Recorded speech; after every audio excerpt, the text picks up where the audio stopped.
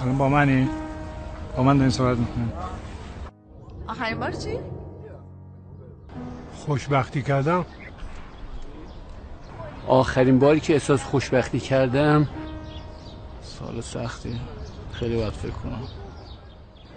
آخرین باری که احساس خوشبختی کردم آخرین باری که احساس خوشبختی کردم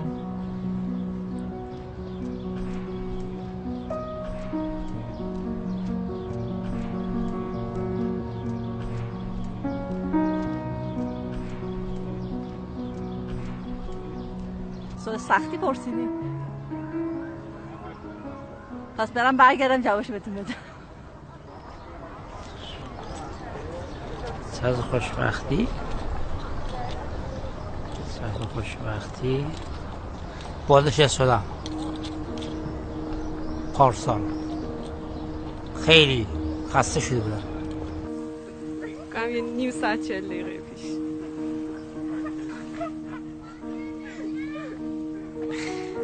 گل کشیدم. نمیدونم، زیاد احساس خوشبختی کرد. احساس خوشبختی، من خیلی وقت احساس خوشبختی میکنم. تقریبا در طول روز وقتی فکر میکنم حس خوبی دارم. همین امروز چه آرامش داشتم تو خونم. داشتم موسیقی گوش میدادم، کتاب میخوندم. خیلی احساس آرامش و خوشبختی دارم.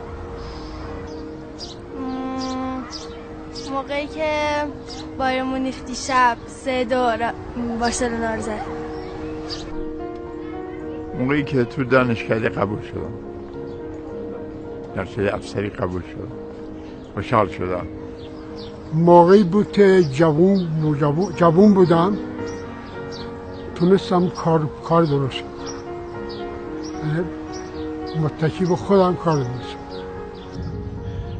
لحظه‌ای که پشت میکروفون رادیو به عنوان گوینده نشستم، اون زمان احساس خوشبختی کردم. دیشب پیش دوستم بود. دیشب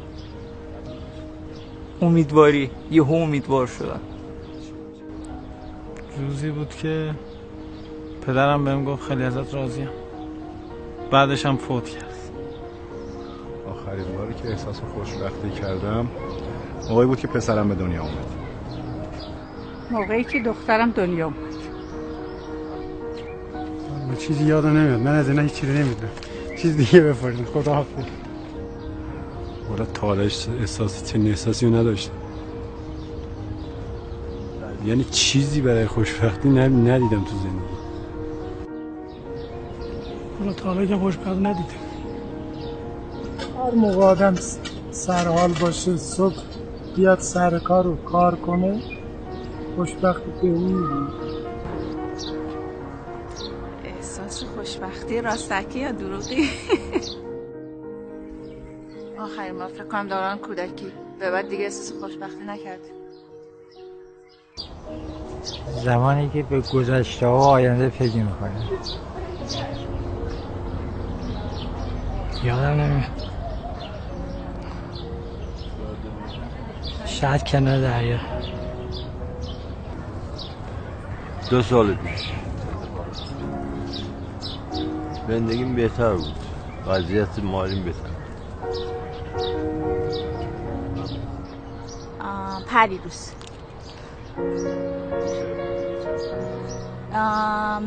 یه دونه خونه برام خریدم. خیلی بهم خوش شد. یعنی اولین کادوی بزرگی که توی زندگیم به دست آوردم. والا ما ندیدیم. هر زحمت کش بودیم. ما وقتی بازنشسته شدیم یه مقدار گفتیم بازنشسته شدیم، راحت شدیم، یه کمی خوشحال شدیم. روز نامزدی 3-4 روز پیش. 3 سال پیش. نمیگم.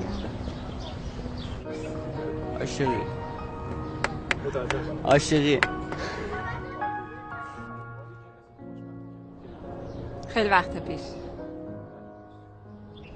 نمیدونم، یادم رفته خوشبختی چیه. خیلی وقت احساس نکردم.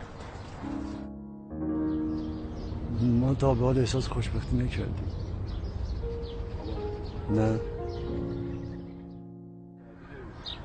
من همیشه خوشبختی نمیکنم. کارا رو بیچاره همیشه کارم 54 سال همیشه کارا رو هیچی نداره. همونجور خوشبختی به خودم ندیدم.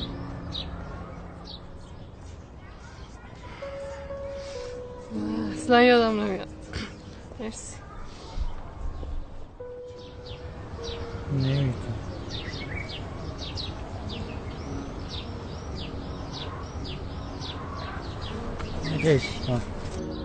همین حالا یه گربه زخمی شده بود بردم گذاشتمش توی گوشه. خیلی سال پیش بود. 6-7 سال میشه. یه حس قشنگ توی جای خوب. عشق.